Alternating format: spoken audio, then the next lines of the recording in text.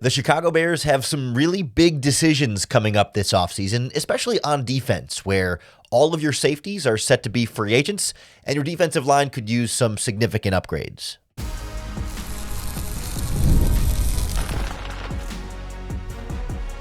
You are Locked On Bears, your daily Chicago Bears podcast.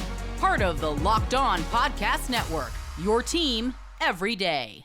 This is Locked On Bears, and I'm your host, Lauren Cox. I'm here to bring you your daily, in-depth Chicago Bears news and analysis.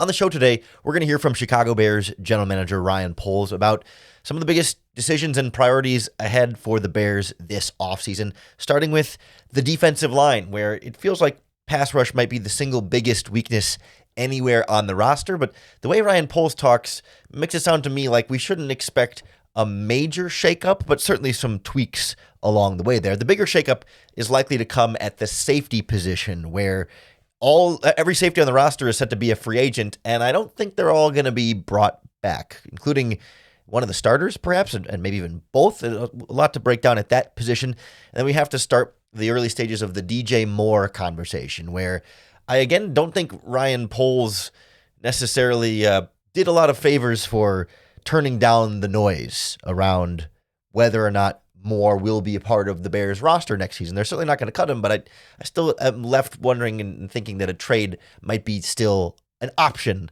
on the table.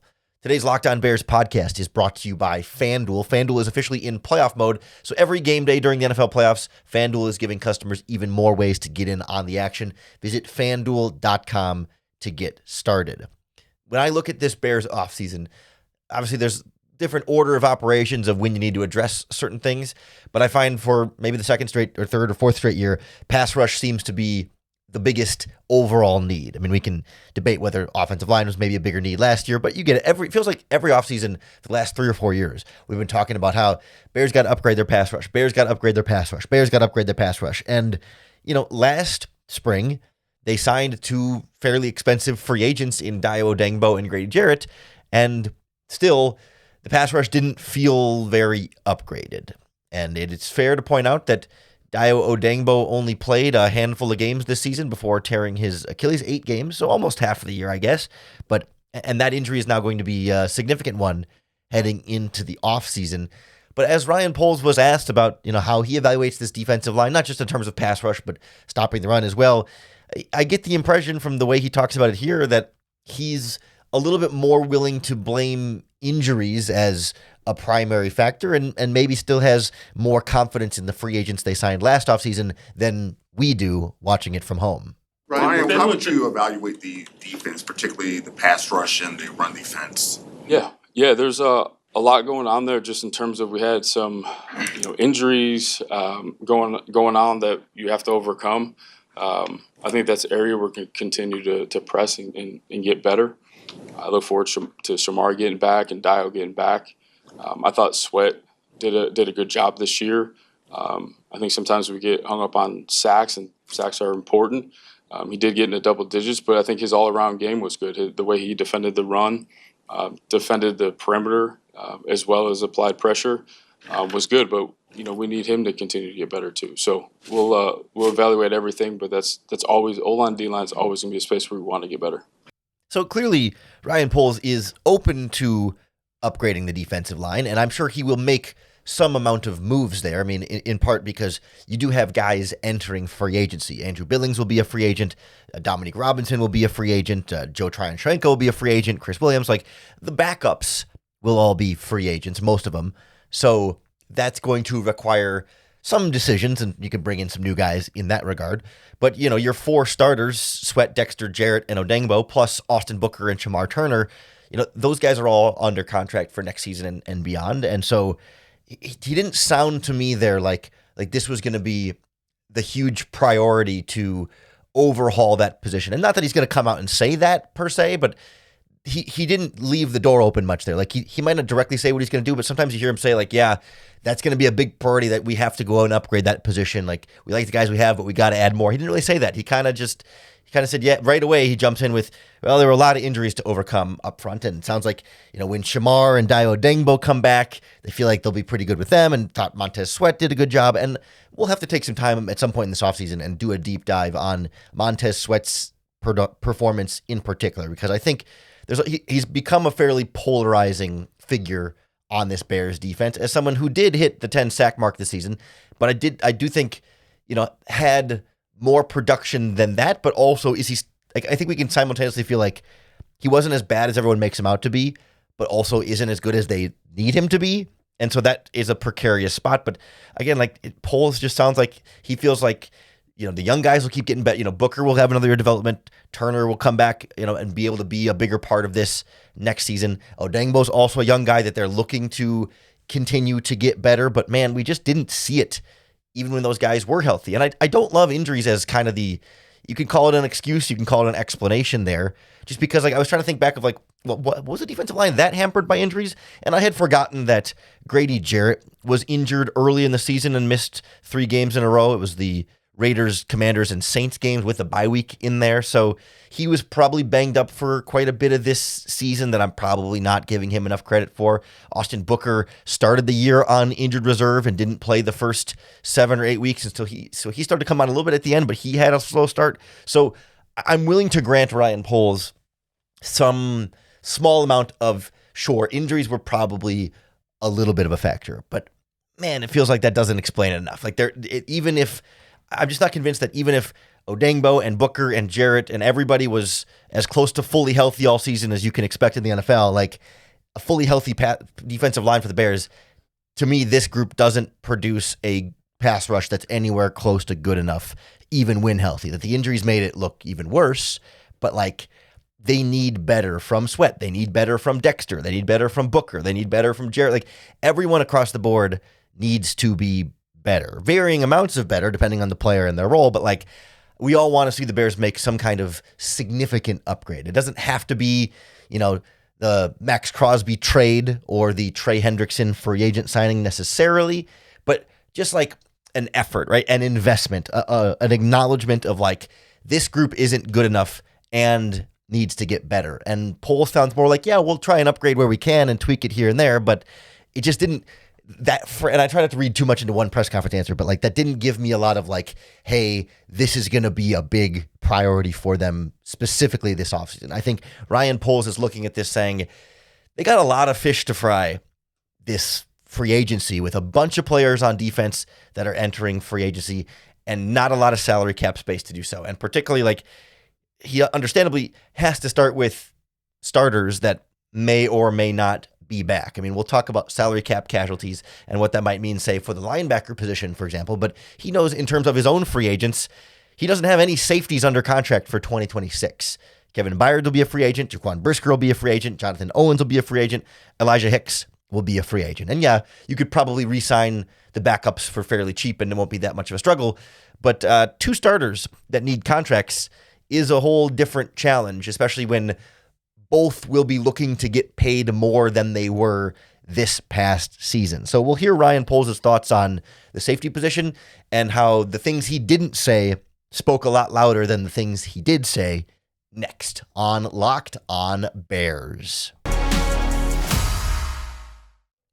This episode of Locked On Bears is brought to you by TurboTax. Tax season doesn't have to take over your life. This year, TurboTax is making it easier than ever to just hand things off and move on with your day. With TurboTax Full Service, you can have your taxes done for you by a trusted local expert, start to finish, without the stress or the guesswork. So instead of spending hours trying to figure out forms, you can meet with a local TurboTax expert in person or connect online, and they'll handle everything from W-2s to self-employed forms and work to get you every deduction. It's a huge time saver, and it gives real peace of mind knowing that an expert is handling it. For a limited time, you can have your taxes done by a local TurboTax expert for just $150 all in if a TurboTax expert didn't file for you last year. You just have to file by February 28th. So take taxes off your plate and get back to your life. Visit TurboTax.com FanDuel.com/local to book your appointment today. The defensive line is the biggest weakness from last year, but you don't have a safety under contract for next year. So that's the biggest weakness moving forward, right? Like you don't have players there. Your defensive line you have, but the giant hole at safety has to kind of be priority number one of figuring out your plan of who's going to not only start at safety, but who's going to fill your roster at safety right now, because it's definitely a major question mark that we're going to spend a lot of time talking about all offseason long here on the Locked On Bears podcast. I do want to thank you for making Locked On Bears your first listen today. We're part of the Locked On Podcast Network, your team every day. And if you're one of those everydayers that tunes into Locked On Bears 5 days a week, certainly thank you so much. I mean, you are the lifeblood of who we do this podcast for. But even if you're not, if you want to take your Locked On Bears listening to the next level, you should check out the Locked On Podcast Network's Everydayers Club, where you can get access to an ad-free audio feed of Locked On Bears that's compatible with Apple Podcasts, Spotify, and every other major podcasting app. Plus, you'll get an invite to our members-only Locked On Everydayers Club Discord server, which includes a group chat just for listeners of Locked On Bears. So if you want to check out the Locked On Bears Everydayers Club, go to lockedonbears.supercast.com to find out more, or you can see a link to that in the description for today's show. But in the meantime, Ryan Poles has to figure out what he wants to do with his starting safeties. There was speculation late in the season from some of the ways that Dennis Allen had talked about Jaquan Brisker in press conferences that didn't sound like super ringing endorsements. And Ryan Poles continued that theme, we'll say, not by what he said about Jaquan Brisker, but what he didn't say about Jaquan Brisker, because he was asked about the safety positions and what he's planning to do there. And he talks plenty about how much they like Kevin Byard and want to bring him back. And that's it. Here's how he said it.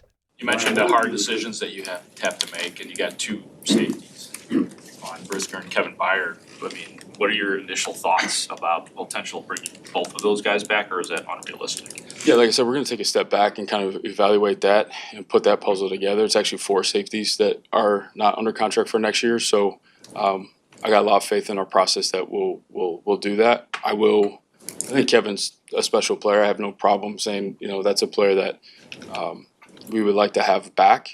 But again, when you add the other safeties into that mix and all the other decisions we have across the roster, cap restraints, things like that, it'll be a challenge. But that's part of what we do. So he didn't outwardly say anything negative about Jaquan Brisker, right? Didn't say, oh no, we're planning on moving on there or anything. But he just didn't say anything, period, about Jaquan Brisker. And the contrast there of how he talked about Kevin Byard and then ends the thought without going anything into Brisker, to me, like, does not feel accidental, right? Like that seems like a very loud and clear message of like, yeah, Jaquan Brisker is special and we really want him back. Kevin Byard is special and we really want him back. And noting that, hey, like, we got other moves to make and not a ton of cap space. So like, he's basically saying there's going to be some challenges to even bring back Kevin Byard, depending on what the price tag is going to be, the guaranteed stuff, let alone trying to re-sign both of these guys when presumably, even though Kevin Byard led the NFL in interceptions this season, Brisker may end up costing more just because he is the younger player entering his prime and Kevin Byard is 32 on the tail end of his career. But like, almost certainly, I don't want to say the Bears couldn't afford to bring back both, but it's not necessarily super financially realistic for them to give both of these safeties big, expensive new contracts. And given how he said, we want to try and bring Byard back, and then doesn't say anything about Jaquan Brisker, you can start kind of writing off that, hey, there's going to be a different starting safety, at least one new starting safety in the Bears secondary next to Kevin Byard, most likely.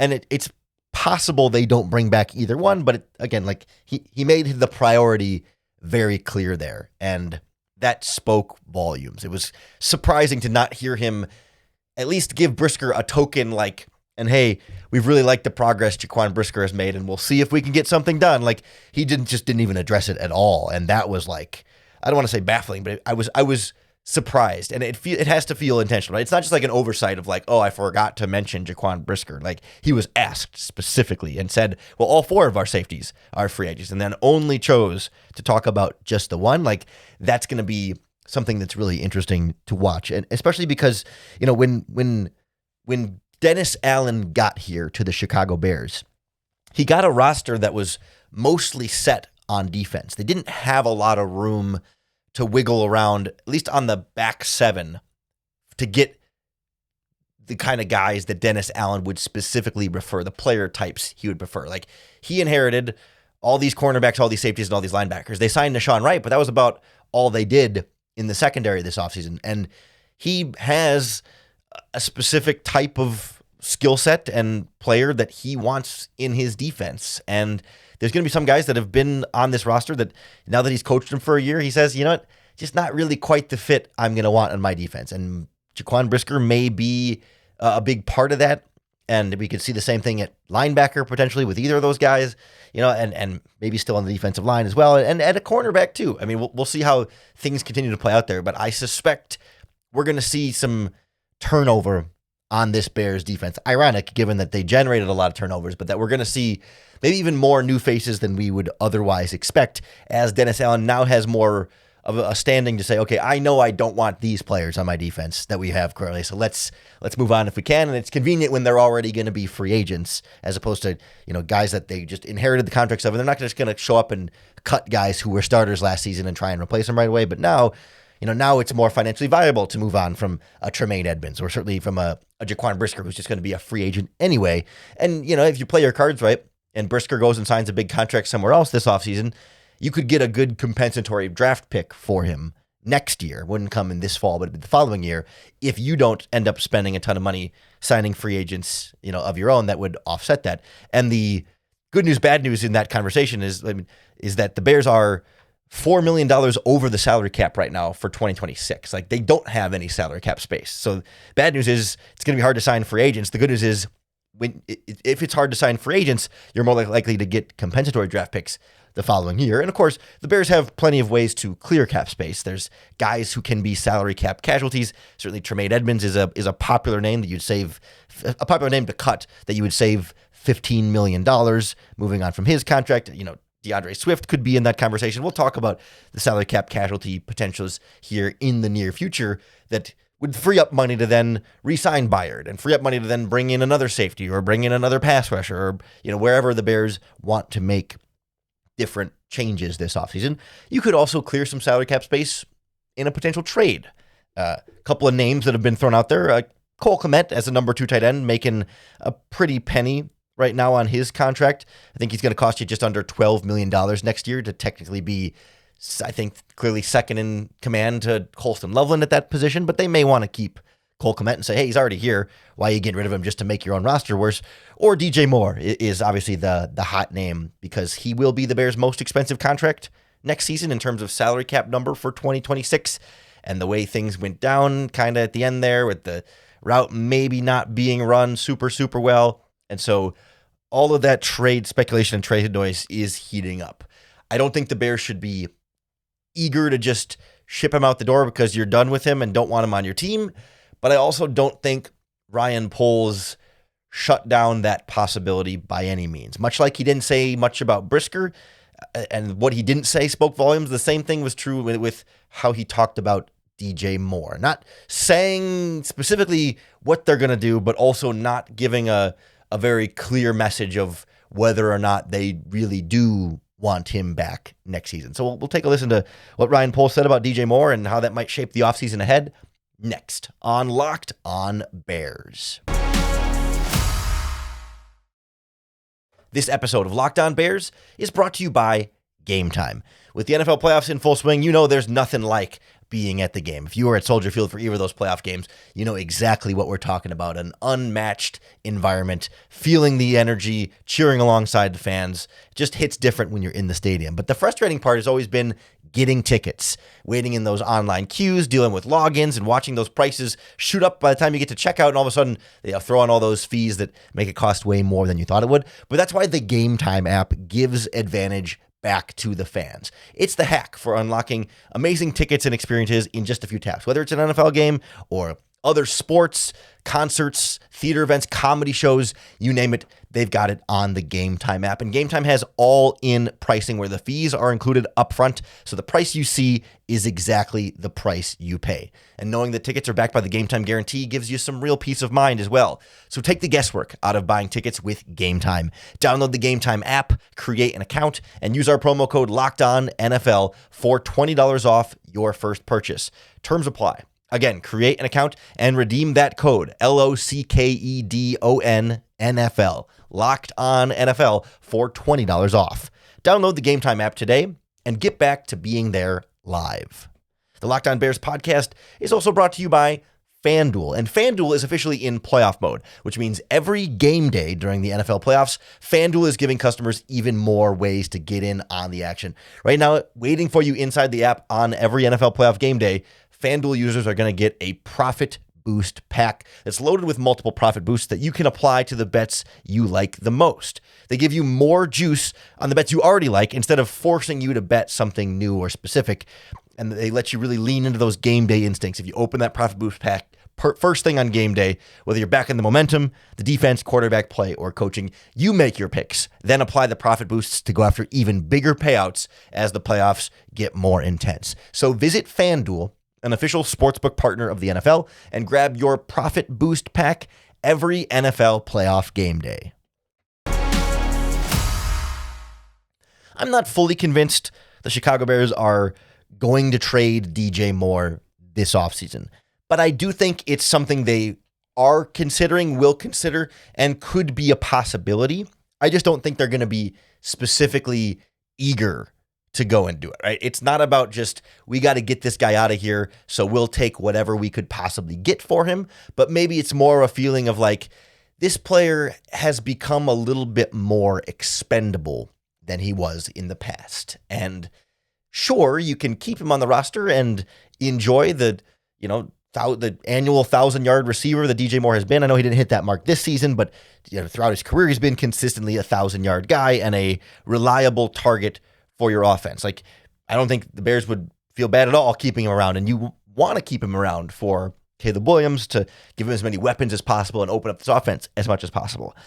But I also think if the Bears are in a position where an opportunity presents itself to upgrade the roster in another way, DJ Moore could be the kind of expendable resource and asset that could help facilitate a different upgrade elsewhere. Like, he's nice to have, but not so critical that you couldn't afford to move him, and could be valuable to somebody else when you move him and say, hey, if it's a net positive for the team, you'll take the sacrifice at receiver in exchange for the boost elsewhere on the team. But certainly the Bears are not doing any kind of, bad mouthing or trashing of DJ Moore, and that's where, they're not like eager to get rid of him. But then Ryan Poles still just leaves the door cracked open here a little bit of like, we heard him say about Kevin Byard in the last segment, like that he's a guy we'd really like to have back next season. So then it speaks volumes when he doesn't say the same thing with the same certainty about, is DJ Moore then a guy you're really looking forward to having around for the future? Well, he's a guy you really like, but, and here's how Ryan Poles says it. Right. With DJ, made some of the biggest touchdowns this team's ever seen. Also, not the numbers that he put up a couple of years ago. What's kind of your overall perspective on his fit this year and then moving forward? Yeah, I'll use his words. He didn't care about stats. All he cared about winning. It's the most winning DJ's ever had, probably since high school. That's all he cares about. In terms of roster, like I said, we got a lot of decisions to make and figuring that out. I think what stood out about DJ this year is the level of toughness rubbed off on our team. Guys, if they were dinged up, like they almost had to go because DJ was going. He was able to fight through a lot. Got a lot of respect for him.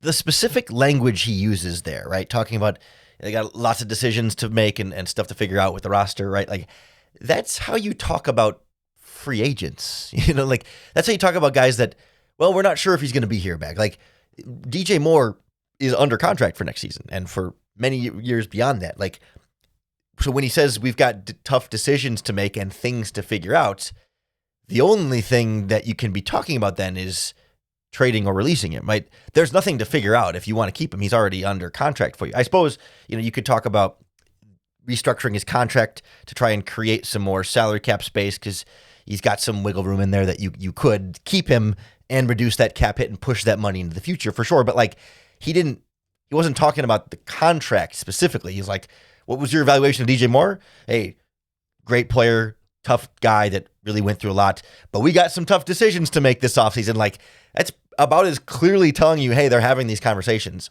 as he possibly can without outwardly saying we're having these conversations. Like what decision is there to have other than do you trade or get rid of him, right? Like there's not a decision of like, well, how much would we want to give him in free agency? Like there's no other decision. He's under contract. So it was a surprising, I don't know if you can call it transparency because he's not saying it clearly, but surprising amount of information Ryan Poles was willing to give us about some of these things. Like he could easily have said, DJ Moore had a tough season, fought through some stuff, and we're really looking forward to what he can do next year for us. Really looking forward to him being a long-term part of this. You talk about the toughness rubbing off on some of the younger players, but then nothing he said was future-focused. Nothing he said was about the future. He said everything he did this season. Tough guy, played through injuries, rubbed off and everything. Really, proud of, a lot of respect for what he fought through, right? It was all in the past. He didn't care about the stats. He cared about winning. It's not like he doesn't care and only care. You know what I mean? It's a lot of past, not a lot of future in the conversation there from Ryan Poles about DJ Moore. So that says a lot. Like that lent a lot more credence to this than I was expecting us to get. Like I thought it would be a lot more of like, well, we didn't really know either way what they were thinking about DJ Moore because they kind of dodged the question. And I mean, he didn't even really exactly dodge it there. Like he pretty clearly said they're open. I mean, didn't say it directly, but implied that they're going to have to think about whether or not DJ Moore is a part of this team in 2026. I can guarantee you they're not going to just release DJ Moore. Like, I've seen people talk about like he or Cole Kmet, for example, like they could cut him and save, salary cap space. Well, first of all, you're not saving any salary cap space if you cut DJ Moore. So that's kind of the obvious one there. Second of all, Cole Kmet has a lot of trade value anyway. So you're not just going to release a player and get nothing for him when you could get something. But DJ Moore in particular, his contract extension is set up so if you release him, you will have to pay him more money to release him than you would to keep him. Even if you try and move some money around, like it's going to end up costing you one way or the other. So the only way DJ Moore leaves this team this offseason is through a trade, as far as I'm concerned.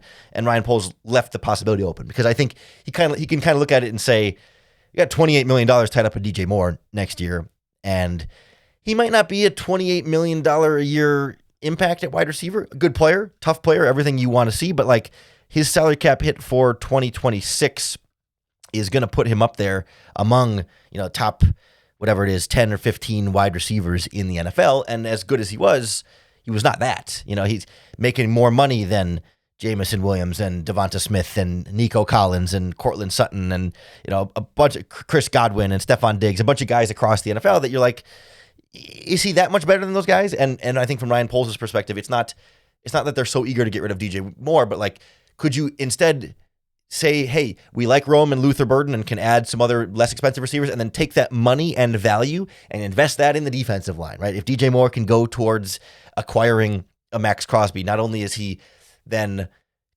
freeing up some cap space for that player you're going to bring in, but also reducing the amount of draft picks you have to give up for that player you want to bring in. So I think Poles is leaving that door open, while still open to the idea of bringing DJ Moore back too. Like I think he's trying to play both sides here, and I'm just surprised he sort of almost acknowledged that publicly because you just don't get that much.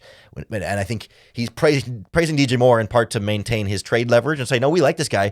I've been praising him, talking about how tough he is and how good he is to have, but we'd be open to trading him if you give us the right offer. And I don't think they're going to dump him just for a draft pick. I think it's got to be about making the team better right away in 2026, being able to use that cap space and maybe get an upgraded player somewhere else on the roster that makes your team better. That like you subtract at wide receiver in order to add at defensive line, safety, cornerback, linebacker, wherever you're going to make that addition, as opposed to purely just adding at wide receiver detracting at wide receiver to adding at draft picks. I mean, I guess I could see like a draft day trade, maybe, where if you're in the first round, could you trade him? And because then at least a player's on the board that you're trading for. I mean, I guess, but I still don't think they would trade him just to put a rookie in either. So we'll talk more about potential DJ Moore trades, who might be good targets in terms of players, who might be good targets in terms of teams that he would fit, and what a wide receiver like that might be worth. That'll be coming up in the coming days and weeks here on the Locked On Bears podcast. So make sure you hit the subscribe button on YouTube or wherever you listen to podcasts,